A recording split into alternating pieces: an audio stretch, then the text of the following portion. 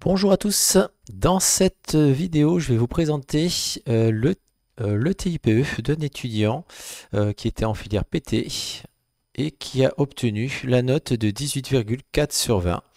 Donc c'était sur la session de 2024 dont le thème était sport et jeux. Voilà, donc je vais vous montrer le diaporama qu'il a présenté le jour de son oral. Voilà, donc j'ai caché en noir justement son visage pour garantir son anonymat. Le thème donc, de son TIPE, donc c'était le développement d'une application d'aide au réglage d'un lanceur de balles de squash. Donc là, vous avez une mise en situation sur la page de garde, d'accord, donc avec le lanceur de balles de squash et l'étudiant qui est en position de faire des mesures.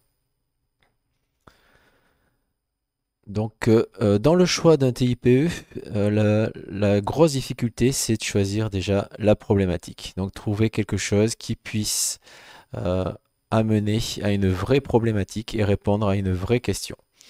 Voilà. Donc là, au niveau de la présentation, premièrement, l'étudiant va présenter, donc a présenté sa problématique. Ensuite, il effectue une étude théorique, d'accord, au niveau de la trajectoire des balles, par exemple.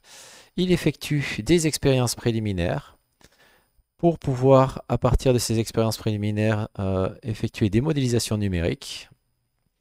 Et donc, en fait, une fois qu'il aura fait trouvé un modèle sous forme numérique, il pourra valider expérimentalement son modèle. Et une fois que son modèle sera validé, concevoir une application qui, afin de pouvoir répondre à la problématique. Et donc, pour terminer sur une conclusion et sur des ouvertures possibles de son thème. Voilà, donc dans un premier temps, l'étudiant a présenté le lanceur de balles de squash avec ses caractéristiques, donc la plage de vitesse, donc entre 20 et 160 km/h, avec justement entouré l'angle vertical par rapport à l'horizontale qui est réglable de plus 35 degrés à moins 18 degrés. Et voilà, avec un lien ici vers le lanceur de balles ici. Donc effectivement, il avait à sa disposition un outil, donc le lanceur de balles, qui lui permettait de faire des mesures. Donc ça, dans votre choix de TIPE, il va falloir trouver un système sur lequel vous puissiez faire des mesures et avoir accès. Donc la problématique, c'est de proposer une solution permettant d'aider les utilisateurs dans le réglage des paramètres du lanceur de balles de squash. Donc vous voyez, ce n'est pas une problématique qui est a priori très ambitieuse, mais finalement, il va y avoir énormément de choses. Et donc, il va y avoir toute une suite, d'étapes qui vont lui permettre justement de répondre à cette problématique. Donc, il faut justifier en fait cette problématique. Donc ici, pourquoi cette problématique? Mais en se rendant compte, en fait, après avoir discuté avec l'entraîneur, il s'est rendu compte qu'il n'y avait pas de documentation lorsque l'entraîneur recevait le lanceur de balle. Et donc, il n'y avait aucun réglage proposé, ce qui engendrait une durée de réglage élevée à chaque utilisation. Donc, parce que ça se faisait par tâtonnement. Et donc, au final, c'était un lanceur de balle qui était très peu utilisé. Donc, effectivement, il y a un vrai besoin de proposer, en fait, à l'entraîneur et aux utilisateurs, des paramètres en fonction de l'utilisation qu'il veut avoir du lanceur de balle. Voilà, donc le cahier des charges a été établi donc avec ici la Ligue Nouvelle-Aquitaine de squash. Voilà, donc c'est important de proposer un cahier des charges, d'accord? Donc là ici, avec l'entraîneur et donc la Ligue Nouvelle-Aquitaine de squash, ils ont défini des choses importantes, d'accord, à étudier. Donc première chose, proposer des paramètres de réglage aux utilisateurs. Ensuite, l'étude doit se faire pour des vitesses d'éjection comprises entre 40 et 100 km/h, ça ne sert à rien d'aller au-delà. Des angles d'éjection compris entre 0 et 35 degrés. Pour pouvoir travailler les différentes coups du squash, il va falloir qu'il y ait 3 positions au niveau du lanceur, donc soit à l'avant, soit au milieu, soit au fond du court. D'accord? Donc on prend 3 positions parce qu'il ne faut pas que le lanceur de balle gêne l'athlète. Et l'objectif, c'est de déterminer des paramètres pour travailler les parallèles, les amortis, les contre-amortis, les doubles murs, les volets et les attaques courtes. Donc dans un premier temps, il est nécessaire de faire une première étude théorique. Donc là ici, vous avez le plan en coupe d'un cours de squash, hein, fait finalement, avec le lanceur de balle qui est positionné à une position x0 par rapport ici à l'origine en fait des axes. Et donc vous avez un tracé de la trajectoire, d'accord? Donc avec une balle qui est soumise uniquement à son poids et au niveau du choc contre le mur frontal qui va subir un choc avec un coefficient d'élasticité à déterminer. Et donc vous allez avoir une vitesse au moment du choc qui va être différente de la vitesse après le choc. Voilà, donc là ici vous avez les résultats de l'étude théorique. Ça ne sert à rien de faire toute une étude théorique. Donc vous avez ici les résultats de l'étude théorique qui sera présentée donc de manière complète en annexe. Donc si le jury veut avoir accès à l'étude complète, il suffira qu'il aille en annexe 1. Voilà, donc la vitesse initiale de la balle est de V0. Elle part avec un angle phi. Et donc elle est soumise uniquement à son poids. Voilà, et donc l'objectif, c'est déterminer la trajectoire de la balle de manière à déterminer la position X rebond sur laquelle va atterrir la balle. D'accord? Et donc à partir de ce X rebond, on va pouvoir déterminer si on va pouvoir faire une volée, travailler une volée, un double mur, une parallèle, etc. Voilà. Donc après étude théorique, X rebond va dépendre du coefficient d'élasticité, du coefficient de restitution E, d'accord, au niveau de l'axe du mur frontal, de la vitesse initiale V0, de l'angle d'éjection initial et de T rebond, d'accord. Donc ça c'est la durée que la balle va mettre pour arriver à l'instant du rebond, et avec T rebond qui est défini ici, d'accord. Donc T rebond dépend de la vitesse VC en Y, d'accord, de YC. D'accord? Et donc VC, YC, on ne les connaît pas, donc ils sont déterminés ici en dessous. D'accord? Donc VC, Y, vous avez V0 sinus phi moins GTC, et avec TC, c'est la durée que met la balle pour arriver au niveau du choc, qui vaut X0 sur V0 cos phi. D'accord? Donc toute cette étude, ça ne sert à rien de la reprendre. Ok? Donc ce qu'il faut, c'est avoir un bon schéma et avoir l'étude complète en annexe. Et donc c'est de ça dont l'étudiant va se servir pour faire ses études. Voilà, donc première chose à faire, donc il va falloir, donc première expérience, donc ça c'est très important de faire des expériences et de mettre des photos sur lesquelles on vous voit effectuer l'expérience. Donc là, ce qui est intéressant, c'est que l'étudiant a défini les objectifs de l'expérience, un protocole expérimental, et après vous allez avoir justement une interprétation des mesures. Voilà, donc l'objectif, ça va être de mesurer les vitesses d'éjection, de mesurer les angles d'éjection et de déterminer les incertitudes de type associé. Donc le protocole expérimental, hein, vous l'avez ici. Donc le lanceur de balle, vous l'avez, il est derrière ici la ligne de service. La caméra utilisée est une caméra qui prend 120 images par seconde, donc 120 frames par seconde. Et donc, effectivement, il va lancer l'étudiant 10 balles pour chacune des mesures. Donc, ça lui permet de faire 10 mesures pour chacune des positions de la télécommande ci-dessous. Voilà. Donc, la télécommande, il faut savoir qu'elle a des positions qui ne correspondent pas forcément aux vitesses ou aux angles réels. D'accord? Donc, la position 40 au niveau de l'angle ne correspond pas forcément à un angle de 40 degrés. D'accord? Donc, c'est pour ça qu'il a appelé ça position, vitesse de la télécommande, et position, angle de la télécommande. Et puis ce sont ces positions qui vont intéresser l'utilisateur, parce que c'est ces positions-là qui vont permettre de régler justement le lanceur de balle. Voilà, donc pour chacune des positions de vitesse, ici, il va changer aussi la position de l'angle. Donc ça permet à la fois de mesurer une vitesse et un angle. Et donc à chaque fois, il va faire 10 mesures pour pouvoir déterminer les incertitudes de type A. Voilà. Donc là, ici, vous avez l'interprétation des mesures donc sous Logger Pro. Donc effectivement, il y a 140 mesures effectuées, hein, puisque si vous regardez ici, il y avait 1, 2, 3, 4, 5, 6, 7 positions possibles, fois 10 mesures, et plus avec au niveau de l'angle 7 positions possibles fois 10 mesures. Donc ça fait quand même 140 mini-vidéos à exploiter. Et à chaque fois, il va falloir déterminer, disons, pointer les différentes positions de la balle, de sa trajectoire, pour déterminer la vitesse initiale ainsi que l'angle d'éjection. Voilà, donc là c'est le résultat par exemple de une seule mesure. D'accord, donc il a pointé ici sous Logger Pro la position de la balle. D'accord, et donc ici, à partir de ça, ça lui permet à l'aide de Logger Pro de déterminer la vitesse de la balle et également l'angle ici d'éjection. Voilà, donc ça sert à rien de présenter plusieurs fois la même mesure. Vous présentez une fois la même mesure et après vous mesurez, vous présentez les résultats des mesures au niveau de la vitesse d'éjection et des angles d'éjection.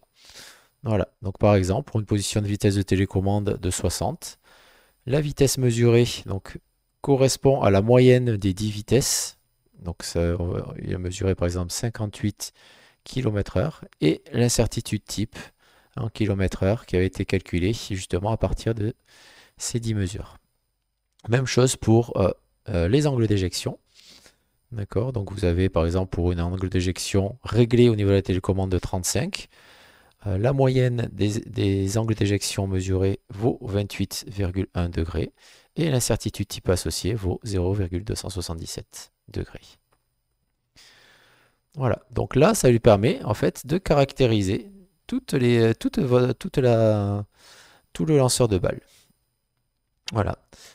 Ensuite, donc ça, il avait besoin des vitesses d'éjection et de l'angle d'éjection. Mais pour déterminer X rebond, il va aussi avoir besoin de connaître le coefficient de restitution. D'accord?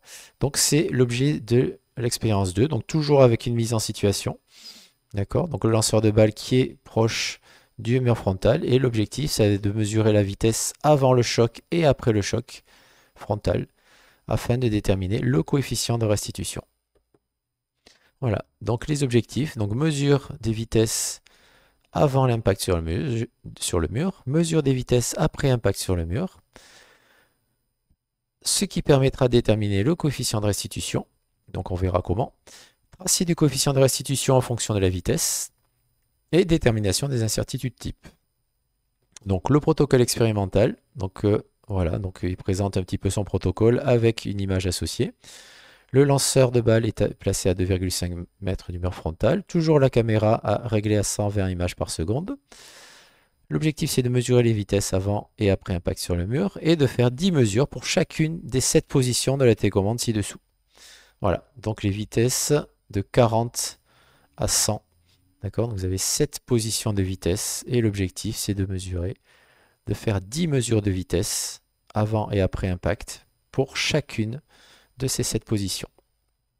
Donc c'est effectivement, vous avez quand même, vous voyez, au niveau de l'interprétation des mesures, vous avez 70 mesures, donc vous avez 70 vidéos associées qu'il va falloir exploiter sous Logger Pro. Donc c'est quand même un gros travail en fait d'analyse derrière. Donc voilà en fait le principe, vous voyez, donc toujours pareil, il a pointé la balle avant impact sur le mur. Et après, donc il a pointé la balle après impact sur le mur. Donc ce qui permet de déterminer la vitesse avant l'impact sur le mur et la vitesse après l'impact sur le mur. Voilà. Et donc le coefficient de restitution, c'est la vitesse en x après le mur divisé par la vitesse en x avant le mur. D'accord? Donc le coefficient de restitution, c'est pas la vitesse, la norme de la vitesse, hein, c'est vraiment la vitesse suivant l'axe x. D'accord? Donc suivant l'axe y, il n'y a pas de coefficient de restitution. Ok, puisque le mur, il est vertical. Donc au niveau vertical, Vy après impact va être égal à Vy avant impact. Voilà, donc là vous avez x velocity, donc à l'aide toujours pareil de Logger Pro, donc la vitesse en x avant impact, après impact, qui permet de déterminer le coefficient de restitution. Et donc il a fait un petit tableau au niveau du coefficient de restitution en indiquant donc les positions de la télécommande ici, donc de 40 à 100. Les vitesses qu'il avait déjà mesurées associées, donc les vitesses moyennes associées, donc réelles. Les positions de la télécommande, donc pour 3 positions de la télécommande. Et donc les angles de la télécommande avec les angles réels associés. D'accord? Donc au final, pour déterminer Vx et Vy, finalement, ben, c'est vrai que Vx dépend de l'angle forcément et va dépendre aussi de la vitesse. Voilà, et donc le coefficient de restitution, pour chacune de ces valeurs ici, il a indiqué, donc ça a été fait un calcul, donc 0,402 plus ou moins 0,06, et donc etc. Vous avez plusieurs types de coefficients de restitution, plusieurs valeurs de coefficients de restitution, avec l'incertitude type associée. Voilà. Et donc l'idée, c'est de faire un tracé de la vitesse, enfin du coefficient de restitution E, en fonction de la vitesse en x. Voilà. Donc la vitesse en x, pour la calculer, hein, ben, il suffit de faire la vitesse mesurée fois cosinus, ici, de l'angle associé. D'accord? Donc c'est pour ça qu'il y a plusieurs vitesses et il y a plusieurs angles ici associés. Voilà. Donc là, vous voyez, donc vous avez le tableau ici des valeurs. Donc la vitesse mesurée, donc 40 km/h. Le phi mesuré 34,25. Le coefficient de restitution associé et la vitesse en x associée. D'accord? Donc la vitesse en x, ben, c'est 40 cosinus de 34,25.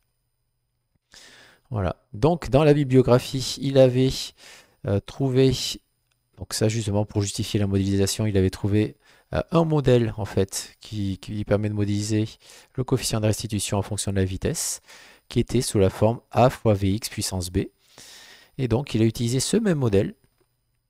Et donc on voit bien que ici, à l'aide, donc là ça a été fait sous régressie, à l'aide des points, en fait, il fait une modélisation sous la forme E égale A fois Vx puissance B, et le logiciel va lui donner les valeurs du coefficient A, donc 1,37, et B, moins 0,327, avec l'écart type associé ici. Voilà, donc on voit bien que ça correspond approximativement à quelque chose de, voilà, de correct. Voilà, donc ça, c'était vraiment quelque chose d'essentiel, hein. Donc c'est une première modélisation numérique, hein, donc c'est du coefficient de restitution en fonction de la vitesse. Et ensuite, l'idée, c'est de faire une deuxième modélisation du numérique qui va permettre de tracer la trajectoire de la balle et de déterminer ou d'indiquer la position du rebond associé. Voilà, donc au niveau du programme, il a présenté donc un algorithme avec certaines parties du programme, d'accord, pour montrer que c'est lui qui l'a fait, et puis pour éventuellement inciter le jury à poser des questions sur certaines choses au niveau du programme. Voilà, et donc pareil, là c'était compliqué de présenter l'ensemble du programme, donc il a présenté juste certaines parties. Donc la partie ici importante, justement, c'est le fait que Vx, ben, on va pouvoir le définir comme étant la vitesse cosinus, donc en degrés, de l'angle phi.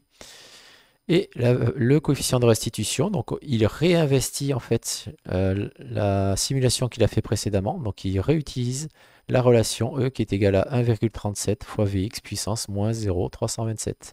D'accord? Donc ça permet de faire le lien ici entre le coefficient de restitution qui a été déterminé expérimentalement et qui a été modélisé ici, et ça permet de l'intégrer dans le programme. D'accord? Donc ça fait un vrai lien. Et donc, ça veut dire qu'on prend en compte dans notre simulation ou dans notre modélisation les mesures effectuées expérimentalement. Et donc, ça justifie en même temps ces mesures. Voilà, donc là, le programme, je vous laisse un petit peu regarder, hein. Donc, il a dessiné un cours de squash.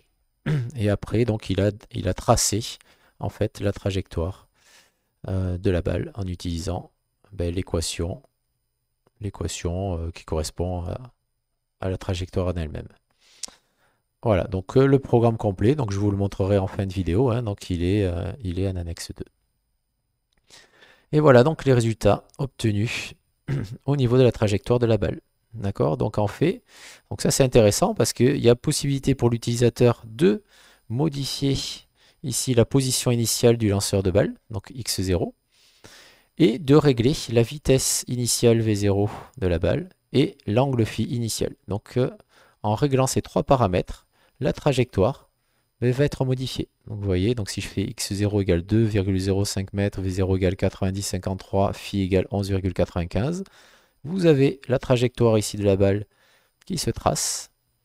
Et ici, au niveau du point d'impact, vous avez indiqué x rebond qui est égal à 7,97 mètres.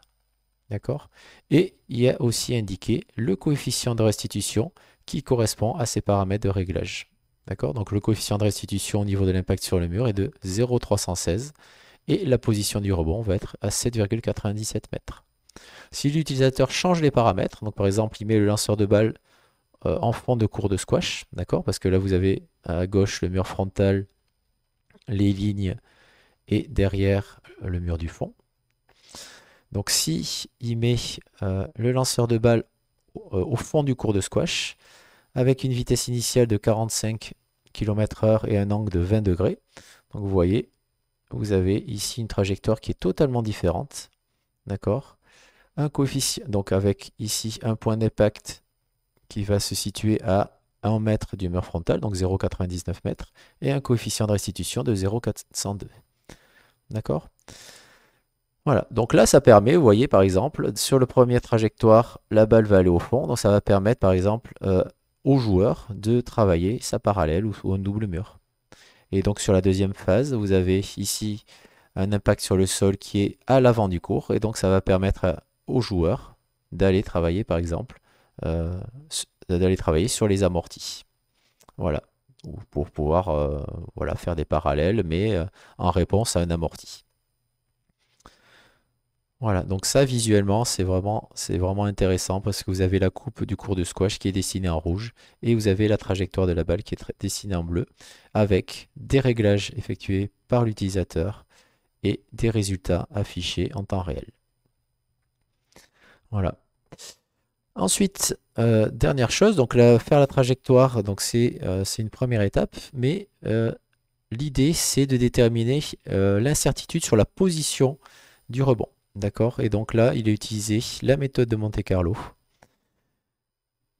Et donc là, justement, il va se servir des incertitudes au niveau de la vitesse, d'éjection de la balle, de l'angle d'éjection de la balle. Et à partir de ces incertitudes-là, donc vous voyez, hein, donc là vous avez l'incertitude sur V0, ici, donc qui met donc 0,52 divisé par 3,6 pour le mettre en mètres par seconde. Vous avez votre angle phi qui vaut 28,1. Donc si il s'est mis pour une vitesse, vous voyez, V01 de 58 km/h, qu'il convertit en mètres par seconde en divisé par 3,6.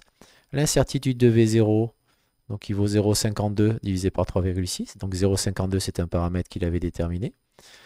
Pour l'angle phi, vous avez 28,1 degrés. L'incertitude sur l'angle phi pour cet angle-là, c'était 0,277. Et donc, il détermine la vitesse en x à partir des valeurs de V0 et de phi, donc converti en degrés. Le coefficient de restitution ici. Il indique l'incertitude sur le coefficient de restitution. Voilà, et donc après, vous avez la position initiale de la balle en x et en y. D'accord? Voilà, et donc l'idée, c'est de faire un certain nombre de mesures, donc un maximum de mesures. Donc là, il a fait 1 million de mesures. Et donc, il détermine la vitesse V0 simulée. Donc, il va être égal à V0 plus un nombre aléatoire, d'accord, entre 0 et l'incertitude sur V0, d'accord. Et donc ça, il le fait n fois, donc 1 million de fois.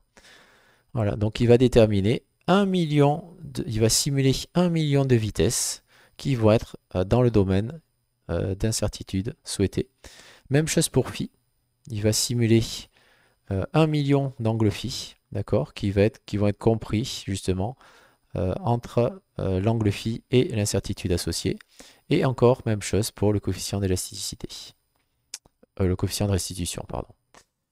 Voilà, donc il va faire coefficient de restitution E plus un nombre aléatoire entre 0 et l'incertitude UE, 1 million de fois. Voilà, et donc il détermine ses entrées, donc 1 million d'entrées différentes qui permettent, voilà, qui sont dans les incertitudes associées. Voilà, à partir de ça, il va déterminer donc un temps de contact simulé, YC simulé, VCY simulé, et qui va permettre de déterminer la position du rebond simulé. D'accord? Donc avec la formule qu'il avait déterminée au niveau théorique. Voilà. Et donc, il va simuler les valeurs de X rebond ici. D'accord? Donc, vous avez T rebond et X rebond, voilà. Donc, c'est ici qui va déterminer la position du rebond. Voilà. Donc là, vous avez également le programme, hein. Donc, à vous de regarder un petit peu le programme.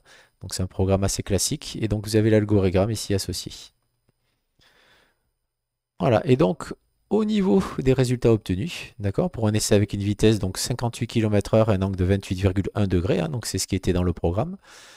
Eh bien, il a voilà, une position de 6,43 mètres, d'accord, une position moyenne, et une incertitude ici sur la position du rebond de 0,22. Et donc ici, vous avez, vous voyez, le nombre d'essais en fonction de la position ici X du rebond. D'accord? Donc vous avez une courbe qui est centrée autour de 0,643.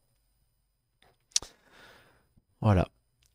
Et donc, une fois que ce modèle a été fait, d'accord, donc ça c'est un modèle théorique, enfin théorique mais à partir d'informations qui ont été mesurées expérimentalement.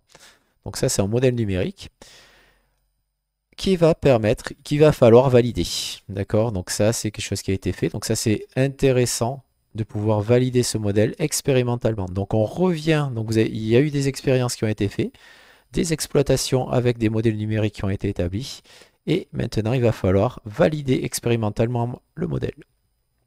Voilà.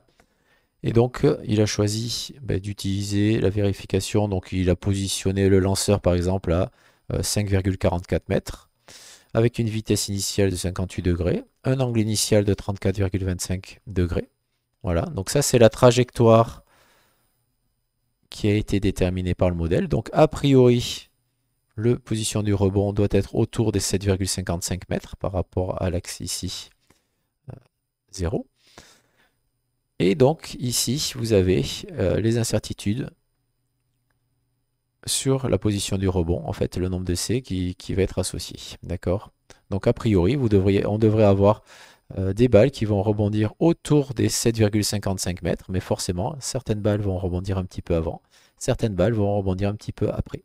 Voilà, donc l'idée c'est de vérifier ici ce modèle.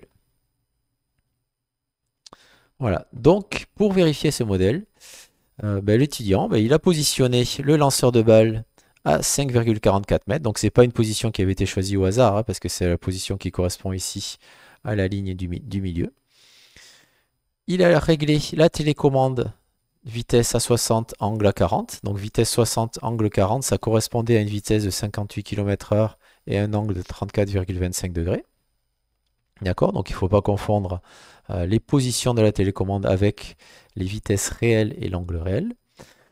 Et donc, l'idée, c'est de lancer un maximum de balles, d'accord, et d'essayer de déterminer la position du rebond. Donc, il a imprimé 3 feuilles avec une échelle graduée, avec le x0 égale 0,544 mètres au milieu, en fait, de la feuille centrale.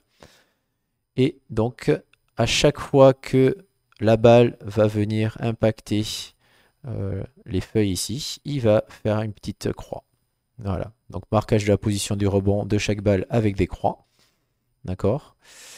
Et donc il va lancer peut-être une soixantaine de balles. Et une fois qu'il aura fait toutes ces croix, pour pouvoir visualiser et rendre un petit peu plus visible justement les impacts des balles, eh bien, il a mis une pastille. Voilà. Donc vous voyez les balles, où est-ce qu'elles ont atterri. Donc déjà, on voit visuellement que les balles, elles atterrissent à x0 égale 0,544 mètres ou autour. D'accord? Donc déjà, on sent bien que le modèle, il est correct.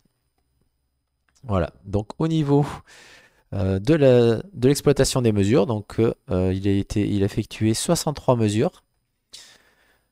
X rebond moyen est égal à 0,54 mètres. Alors attendez. Ah oui, c'est 5,44 mètres, c'était la position du lanceur, pardon, hein. Ok. Donc ici, X rebond moyen est égal à 0,54 mètres. D'accord? Il est positionné ici. Donc il a fait, en fait, il a déterminé la position de chacune des pastilles. D'accord? Donc il a fait un tableau. Il a déterminé la position moyenne. Donc il a obtenu 0,54 mètres. La position maximale était de 0,895 mètres. Et la position minimale était de 7,182 mètres. Voilà. Donc d'après la règle de Rice, d'accord, donc K est égal à 2 fois n puissance 1 tiers, donc avec n le nombre de mesures qui vaut 63. Donc d'après la règle de Rice, donc vous avez K qui est égal à 7,96. Donc il a défini 8 classes ici. Donc vous voyez, donc, vous avez 8 intervalles. Donc 1, 2, 3, 4, 5, 6, 7, 8. Et donc 8 classes, sachant que vous êtes entre 7,182 mètres et 7,895 mètres. Donc il a défini cet intervalle en 8 sous-intervalles qui ont une longueur chacun de 8,9 cm. Voilà. Donc ici, vous avez 8,9 cm ici au niveau d'un intervalle. Voilà, donc la position moyenne du rebond est égale à 7,54 mètres. Et d'après le modèle, d'accord, cette position aurait été de 7,55 mètres. Donc là, à 1 cm près, l'étudiant, donc il a été surpris même de la précision en fait de son modèle. Donc vous avez un modèle qui est extrêmement précis et qui correspond totalement à la réalité. Voilà, donc les 7,54 mètres, alors je ne sais pas s'il avait fait... Voilà, c'était ici. Donc le modèle a vérifié, donc il s'était mis dans la position 58 km/h, 34,25 degrés. Donc vous aviez un modèle qui définissait un X rebond à 7,55 mètres. Et donc lui, il est sur une position moyenne de rebond à 7,54 mètres.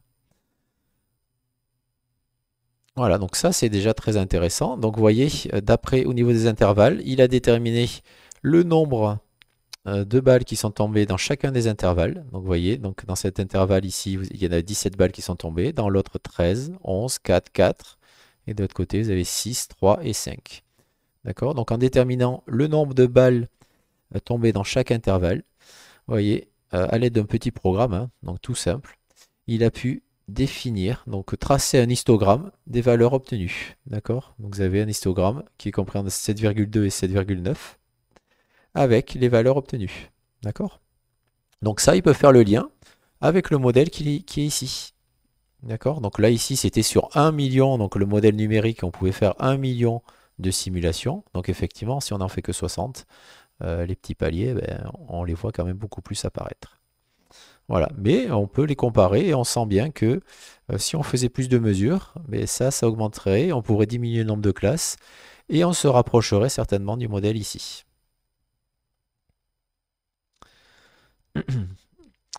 Voilà, donc là, une fois qu'il a fait ses expériences, qu'il a modélisé, donc il a déterminé un modèle numérique et qu'il a validé le modèle, ben, il ne lui reste plus qu'à développer justement une application qui va servir pour, pour l'utilisateur. Voilà, donc c'est une application toute simple qui a été développée sous App Inventor. Voilà, donc l'objectif c'est déterminer, pouvoir donner en fait les paramètres de réglage à l'utilisateur en fonction du coût que l'utilisateur va vouloir travailler. Voilà. Donc là ici vous avez possibilité de faire une parallèle, un double mur, etc. Voilà, donc et là ici vous avez les différents programme en fait. Donc quand parallèle, donc quand il appuiera sur le bouton parallèle, il va falloir mettre le bouton parallèle à vert. Donc il va se faire en vert pour valider le fait qu'on a appuyé. Et il va ouvrir un nouvel écran qui va s'appeler parallèle. D'accord? Et ce nouvel écran qui s'appelle parallèle, vous voyez, et bien vous allez pouvoir ici tracer ici la parallèle. Ok, donc positionner le lanceur de balle à 2,5 mètres du mur frontal. Donc ça va donner les informations à l'utilisateur. D'accord? Donc si l'utilisateur veut travailler la parallèle, eh bien, il sait qu'il va devoir positionner le lanceur de balle à 2,05 mètres du mur frontal. D'accord? Donc c'est pour que ce soit facile, c'est à 3 raquettes. Donc il suffit de mettre 3 raquettes, 3 longueurs de raquettes, il positionne son lanceur de balle. Et donc là, va lui être indiqué la trajectoire de la balle. D'accord? Et les paramètres qu'il va devoir régler. Donc au niveau de la vitesse, avec la télécommande, il va régler le paramètre à 70. Et au niveau de l'angle d'éjection, il va régler le paramètre à 25. Voilà. Donc ça va permettre de régler la parallèle. Pareil pour le double mur, l'amorti, le contre-amorti, etc. Donc à chaque fois est indiquée la position du lanceur de balle. Donc vous voyez par exemple à 0,65 mètres du mur, donc à une raquette de la vitre du fond, avec des paramètres de réglage de vitesse de 60 et d'angle de 30. Mais le lanceur de balle va envoyer la balle ici à mi-cours, ce qui va permettre à l'utilisateur de travailler l'amorti. Pour le contre-amorti, c'est pareil. Le lanceur de balle, il va simuler un amorti et l'utilisateur, il va devoir aller faire un amorti. Voilà. Et donc, il y a un paramètre pour travailler la volée, pour travailler l'attaque courte, etc. Voilà. Et donc, en conclusion, les expériences ont permis de concevoir un modèle, d'accord, qui a été validé expérimentalement. La conception de l'application a permis de répondre à la problématique. Et donc, il y a même ici un QR code qui va vous permettre à l'utilisateur d'installer en fait l'application. Donc ça, vous pouvez éventuellement installer l'application par vous-même. Voilà, donc là, c'était vraiment quelque chose de très complet puisque vous aviez à la fois des expériences, un modèle, une validation de modèle et derrière une application qui répond vraiment à la problématique qui était la difficulté de régler des paramètres de réglage du lanceur de balle. Et donc ensuite, en annexe, donc je vais vous montrer justement l'étude théorique, donc avec le schéma qui a été repris là, et ici l'étude théorique complète donc de la trajectoire de la balle, donc lors du mouvement du mur, au moment du choc contre le mur, d'accord? Donc c'est détermination à chaque fois des positions, du temps de contact et de la vitesse au moment du choc. Et après le mouvement, après le choc contre le mur. Voilà, donc là vous avez ici VCY, T rebond, X rebond. Et donc vous avez utilisé forcément le principe fondamental de la dynamique. Donc c'est pas une étude qui est très compliquée, mais voilà. Donc là, ce qu'il fallait surtout prendre en compte en fait, c'est le choc avant le mur. Vous voyez, vous aviez ici le choc contre le mur ici. Au niveau de la vitesse, vous aviez une vitesse initiale de moins V0 cos phi, d'accord, en X. Et donc cette vitesse, c'est la vitesse au moment du contact contre le mur également. Et après le choc contre le mur, vous voyez, il y a le coefficient de restitution qui intervient. D'accord? Donc la vitesse, elle vaut E fois V0 cos phi. D'accord? Donc le signe moins disparaît puisque la balle part dans l'autre sens. Voilà, donc ça c'était l'étude théorique au niveau de la trajectoire de la balle.